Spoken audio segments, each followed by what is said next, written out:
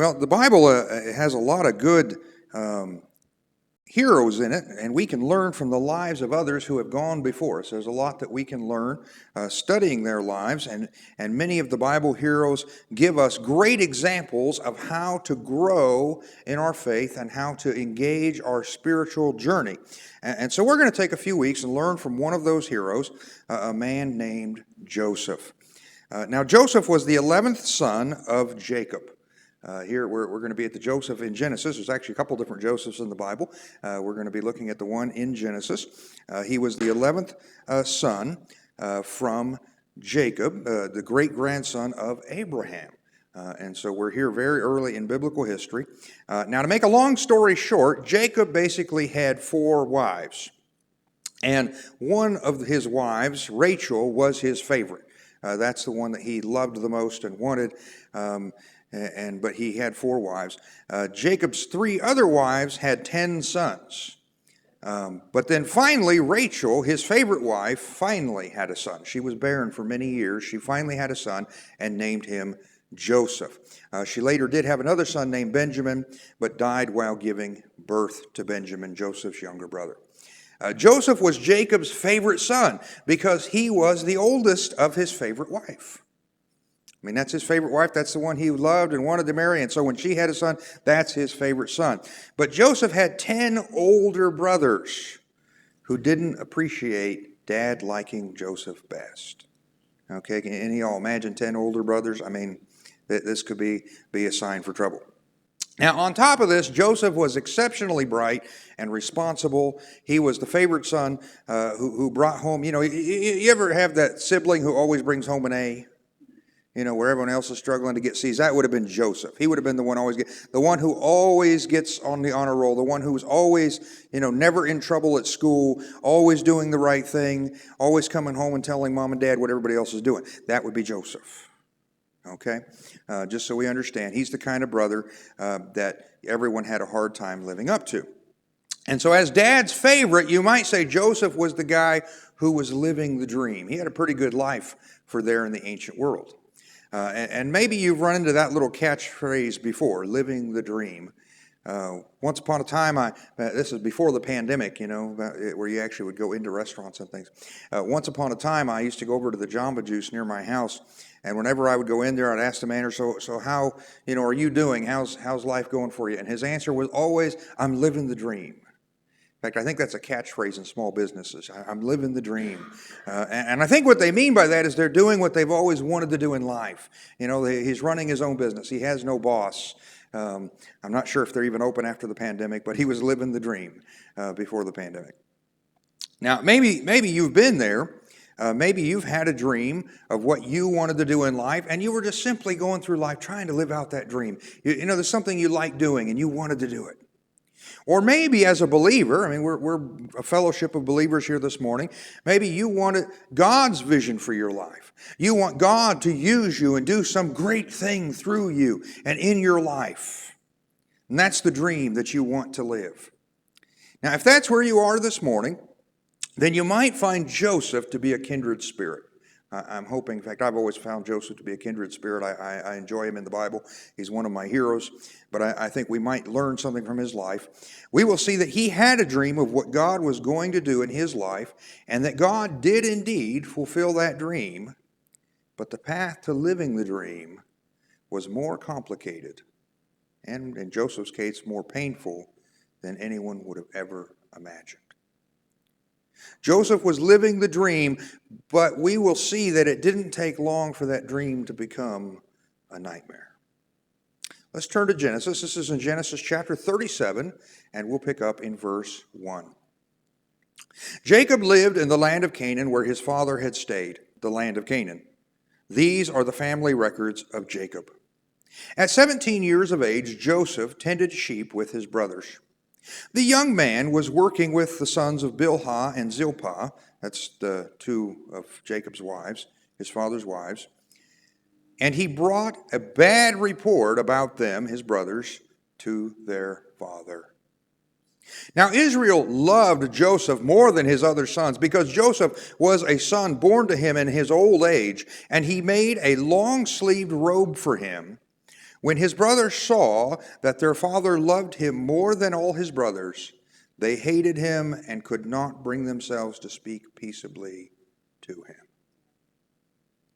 What do you do when living the dream becomes a nightmare?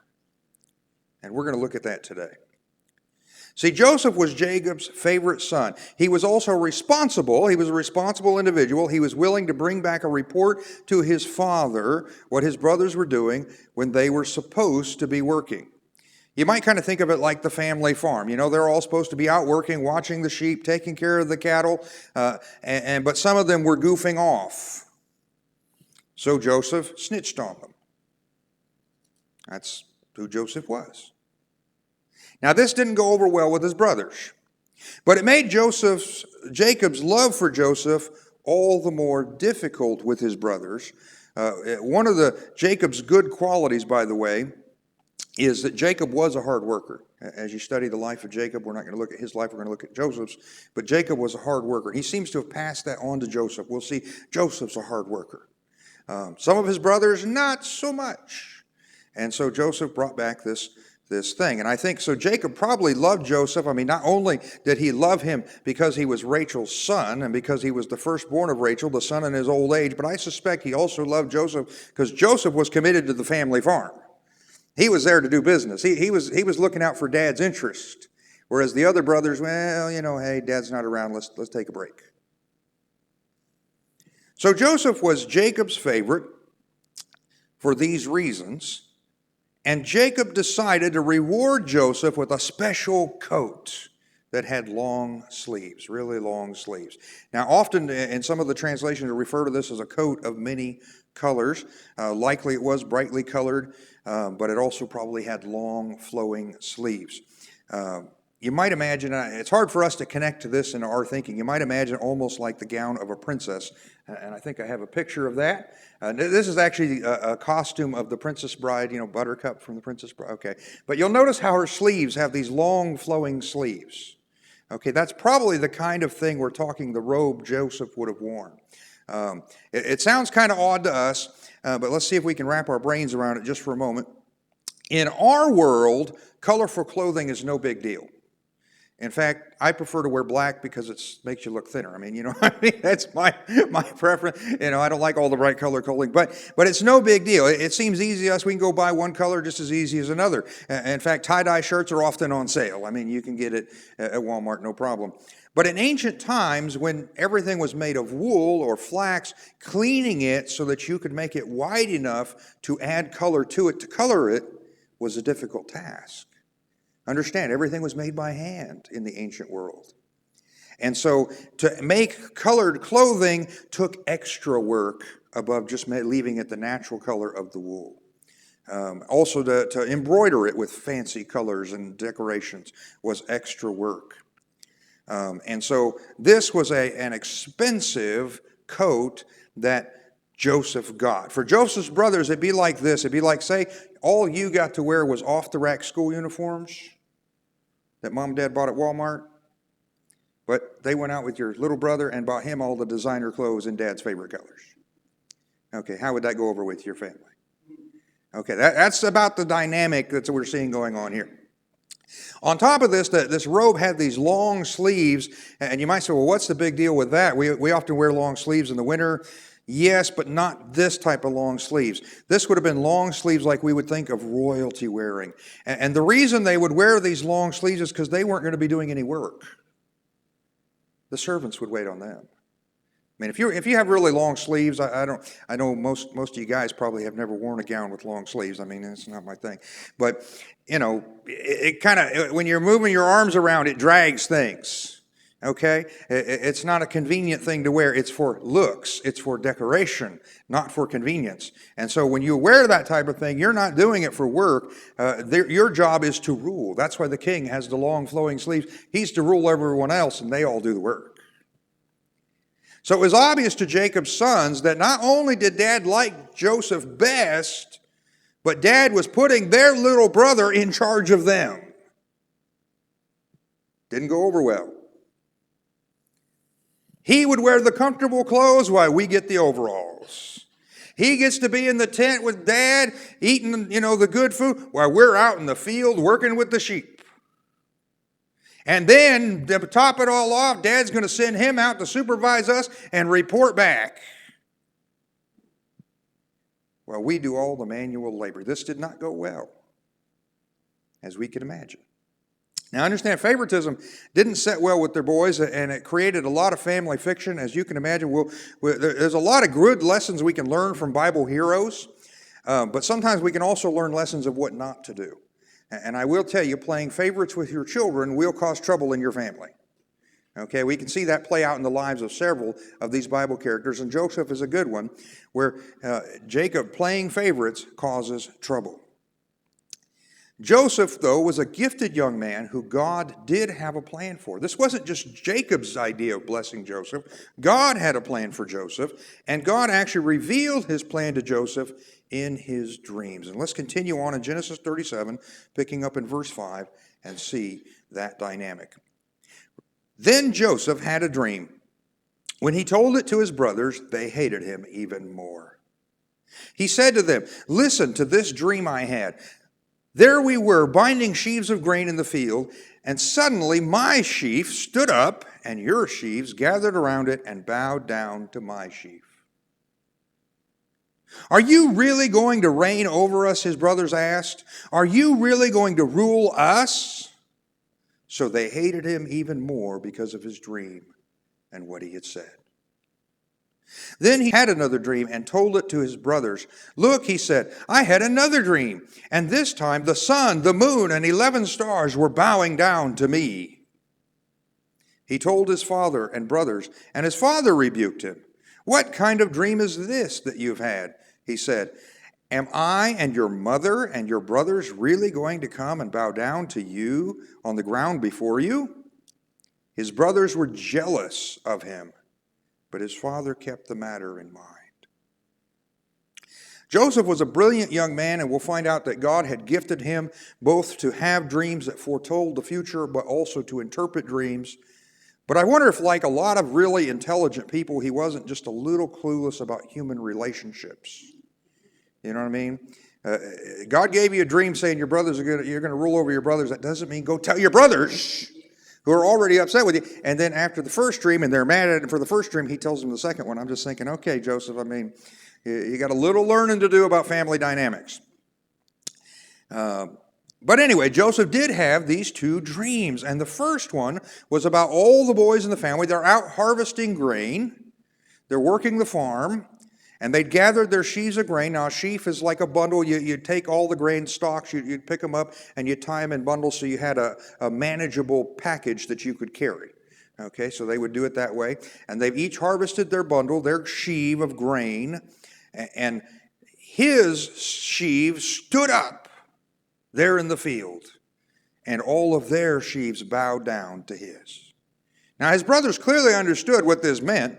And that's Joseph's dream was saying that he, their little brother, was one day going to rule over them, and they were all going to bow down to him, and they didn't like it. Things are already kind of going that way anyway, and they don't like the way it's going. They don't want to be told about it. And then in Joseph's second dream, there were 11 stars, as well as the sun and the moon, and they all came to bow down to him. They clearly saw that this, even his father saw, that this meant they were going to bow down and Joseph would rule over them. And his father was even saying, what are you really saying? Are you saying you're destined to rule even over your mother and I? But see, here's the thing. These dreams are from God. These dreams were from God. God had a plan for Joseph's life, and he was showing Joseph what was to come. He was going to live that dream. But no one around him seemed to understand God's plan. And his brothers were determined they weren't going with it. Guys, understand this. You may have a vision from God. God may give you something he wants you to do. That does not necessarily mean the people around you are going to go with it. You may have to stand alone. Now, in Joseph's case, life went on. He had these dreams. He told his dad. He told his brothers, but life went on. And just because you're living the dream doesn't mean you won't have to live life like everybody else. Guys, life happens. It just keeps coming at you. I don't know about you. I mean, my life, it just keeps coming. Every day the sun comes up.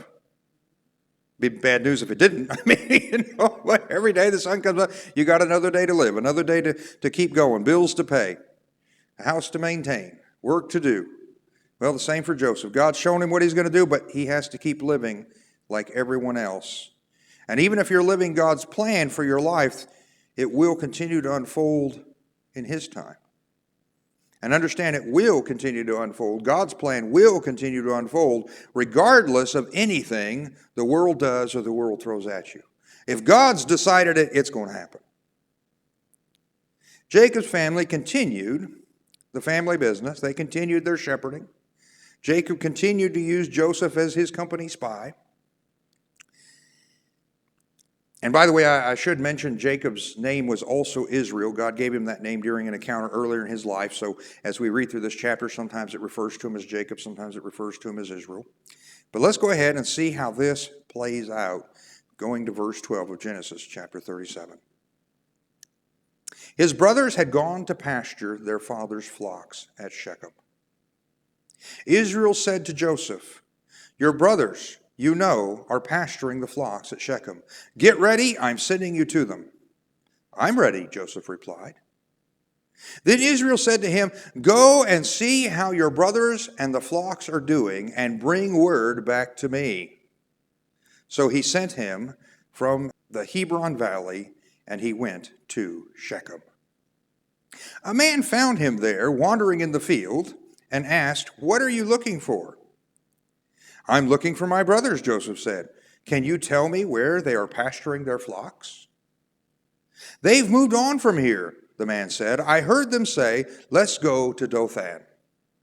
So Joseph set out after his brothers and found them at Dothan. They saw him in a distance, and before he had reached them, they plotted to kill him. They said to one another, "Oh, look, here comes this dream expert. So now, come on, let's kill him and throw him into one of these pits. We can say that a vicious animal ate him. Then we'll see what becomes of his dreams." When Reuben heard this, he tried to save him from them. He said, "Let's not take his life." Reuben also said to them, "Don't shed blood. Throw him into this pit in the wilderness, but don't lay a hand on him," intending to rescue him from them and return him to his father. When Joseph came to his brothers, they stripped off Joseph's robe, the long-sleeved robe that he had on, and they took him and threw him into the pit. The pit was empty, without water. They sat down to eat their meal. And when they looked up, there was a caravan of Ishmaelites coming from Gilead. Their camels were carrying aromatic gum, balsam, and resin, going down to Egypt. Judah said to his brothers, "What do we gain if we kill our brother and cover up his blood? Come on, let's sell him to the Ishmaelites and not lay a hand on him, for he is our own brother, our own flesh." And his brothers agreed. When the Midianite traders passed by, the brothers pulled Joseph out of the pit and sold him for 20 pieces of silver to the Ishmaelites, who took Joseph to Egypt. So here Joseph goes out at his father's instructions to check on his brother's work. He's there to inspect the work and report back to Dad, just like his dad had asked him to. And he has to do a little work in finding them because they've moved the flock from where their last known location was. They didn't, use their cell phone to call home, tell Dad where they were. They moved on. They had been feeding their flocks near Shechem, but moved to Dothan, which is about 35 miles further north. Okay, so it's a good, journey. The Bible doesn't really tell us why they went to Dothan. It's not odd for shepherds to move their flocks around to find food or shelter or based on the weather. Shechem actually is probably supposed to be a better area for feeding your flocks than Dothan, but they had moved up to there. But Dothan does seem to be along the major trade route, and so maybe they decided to go shopping while they were at work. Okay, they didn't have Amazon. Okay, there was no home delivery. This is back in ancient times where if you wanted something from the store, you had to get in your car and go there. So some of you might remember such days. Okay, I mean, this is before they wouldn't even bring it out to your camel. You had to go in and get it. Okay, I mean, this is back then, and so we don't know why they were there, but maybe they were there to trade. Probably a better example would be going to the swap meet. I mean, they knew where the swap meet was, and so they went over there. But when Joseph finally caught up with them, his brothers saw him coming. You know, the guy with the bright coat and the long sleeves walking around. You know, hey, where's my brothers? They saw him coming. He'd probably be a little hard to miss. And when his brothers saw him coming, obviously, Dad had sent them to check up on their work. And there was Joseph, their little brother, there to supervise them. And it made them mad. So they planned to kill him. They planned to kill him. Something about Jacob's sons, some of them were pretty cold-blooded killers. And once he's dead, I mean, in their mind, once Joseph's dead, we'll see what becomes of his dreams. See if we'll bow down to him. So we should understand clearly, just because God gives you a vision for what he's going to do in your life doesn't mean people around you will understand it or accept it. Joseph ran into this. We have to trust God's plan, not people's opinions. Now, Reuben steps in. Reuben was Joseph's oldest brother. He was actually Jacob's firstborn from his wife Leah, and he tries to save Joseph, to step in so that he can rescue Joseph from his other 10 brothers, or 9 brothers actually at this point, and take him back to Dad. Now, Reuben may have seen this as an opportunity to get back in Dad's good graces. Reuben was the firstborn, but he had kind of gotten out of favor with Dad for a little incident that his dad, Jacob, never quite forgave him for. Reuben, in a previous chapter, slept with one of Jacob's lesser wives. People get touchy about that. And so Jacob never quite got over Reuben doing that. And so, you know, he was upset with it. And so this might have been Reuben's opportunity to get back in Dad's good graces. You know, Joseph's his favorite son. If I rescue Joseph, maybe, you know, Dad will put me back as firstborn. Can we say dysfunctional family? Okay, I mean, these guys would have made a great, you know, reality TV show. I mean, just their whole life, it would have been popular today.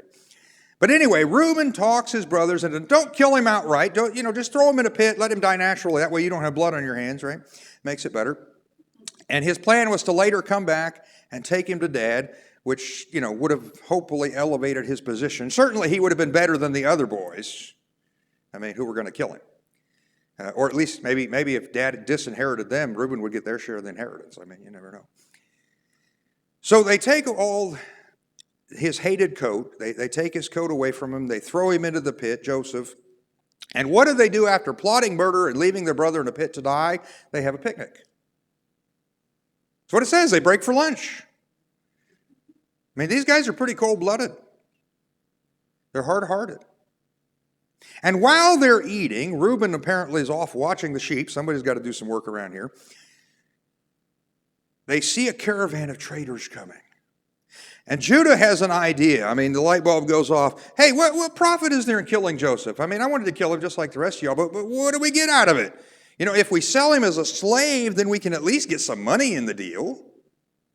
After all, he is our brother. We shouldn't kill him, right? Let's at least make some money. So they sell him for 20 pieces of silver and send him off to Egypt, thinking, well, we'll never be bothered by our little brother and his dreams ever again. Now, I want you to take note, if God has given you a dream, even if those close to you betray you, even if they sell you out, we will see in the story of Joseph that God prevails. God's plan for your life will prevail. You should keep trusting God to fulfill what he has promised. Because you can bank. When God makes a promise, you can bank on it. Well, this is what happens as it continues to play out. Verse 29 of Genesis chapter 37. When Reuben returned to the pit and saw that Joseph was not there, he tore his clothes, sign of mourning. He went back to his brothers and said, "The boy is gone. What am I going to do?" So they took Joseph's robe and slaughtered a male goat. By the way, Jacob probably had to pay for that sheep. Shows how much they cared about his sheep. They slaughtered a male goat and dipped the robe in blood. They sent the long-sleeved robe to their father and said, "We found this. Examine it. Is it your son's robe or not?" His father recognized it. "It is my son's robe," he said. "A vicious animal has devoured him. Joseph has been torn to pieces." Then Jacob tore his clothes and put sackcloth around his waist, and he mourned for his son many days. All his sons and daughters tried to comfort him, but he refused to be comforted. "No," he said, "I will go down to Sheol to my son mourning." And his father wept for him. See, Reuben's rescue plan didn't go well. The good news on that is we'll see in future weeks that God had a different plan, and God's plan did go well. However, for the moment, now that Joseph has been sold to human traffickers and was nowhere to be found, there seemed to be nothing left for Reuben to do but to join in his brother's deception. They took the coat that they hated so much, that they despised Joseph for having, and they killed a goat and they dipped the robe in blood. And then they sent it to their father, perhaps even by messengers. It says they sent it to him. Makes me think maybe they didn't have the guts to go take it to him themselves. And they sent it to him. They said, "Well, Jacob, is this Joseph's coat?" You can draw your own conclusions. Notice how deceptive they are. They never actually lied to their dad. They didn't go to him and say, "Oh, your son was killed." No, they just send the coat and let Jacob come to his own conclusions. "Isn't this the coat you gave Joseph? Look what we found." Which, by the way, is also pretty cold-blooded to do to your own dad. And it was also, I think, really a direct slap in the face of their dad. You gave Joseph this coat. You sent him out to spy on us, and look what you get for it. But Jacob sees that coat, his son's coat, covered in blood, and he automatically goes through his mind the worst fear of any parent. My son has been killed by wild animals, and in their world, that was a real thing. We don't have too many wild animals running around Phoenix, but in their world, you could run into lions or bears or wild animals that would eat you. And he begins mourning. And no matter what any of his family tries to do, Jacob refuses to be comforted. He is determined, "I will grieve for my son until I see him again in Sheol. I'm going to go down to mourning. I will not be comforted because my favorite son is gone." Now, I've heard that there is no grief quite so bad as a parent losing their child. And sometimes you might have a person in your life that you just live for. And I suspect that's the relationship between Jacob and Joseph. Jacob lives for Joseph. He loved Joseph. It was his son of his favorite wife, which, by the way, Rachel's already passed away at this point. So his wife is gone, his favorite wife is gone. And now the son, the oldest son of his favorite wife, is gone. And he is in mourning. See, Joseph was gone from Jacob's sight, but not gone from God's plan. God wasn't done. It looked like a nightmare. It was a nightmare for Jacob. It was a nightmare for Joseph, but God still had a dream that was going to be lived. In fact, Genesis 37:36 says this, "Meanwhile, while all this was happening, the Midianites sold Joseph in Egypt to Potiphar, an officer of Pharaoh and the captain of the guards." Joseph was carried off to Egypt and he was sold as a slave. But he did wind up being a household slave to an important Egyptian official. That would have been about a 250-mile walk, by the way, from Dothan to Egypt. Joseph likely had his hands tied or even shackled. Make sure he didn't get away. They killed runaway slaves in those days. And by the way, God would not have approved of what his brothers did. When you get to giving the law to Moses, kidnapping and selling someone, kidnapping and selling a slave was a death penalty crime. So all of Joseph's brothers should have been executed if they were living under God's law. And the only thing Joseph had done wrong is he had told his brothers the truth. He would tell his dad the truth. The brothers, they're not taking care of your sheep like they should. They're goofing off. He would tell his brothers, look at the dream I had, but it was the dream he had. It's what God had shown him. He told the truth. Now he's a slave in a foreign land. It seemed like Joseph's dreams were over and that the nightmare was beginning. But see, God's plan for Joseph was just getting started. What do you do when God gives you a vision or a dream? I'm going to tell you, you live out the dream God's given you. You faithfully continue on the path that God has put in front of you, and you keep trusting Him to be the one who fulfills what He has promised. Because if God has promised it, He is faithful to complete it. In Joseph's case, living the dream became a nightmare. I think most of us would consider being sold to human traffickers a pretty bad nightmare. Being carried off to a foreign nation where you're made a slave, that's a pretty bad nightmare. And that's where Joseph was. Sent where you'll probably never see, as far as you know, never see any of your family ever again. Where you have to learn a new language, new customs, new foods. That would have been a nightmare. See, I think we probably usually just read through this story so quickly. We never pause to stop and think of the terror of this probably late teenage boy. The mental anguish Joseph went through because of his brother's betrayal.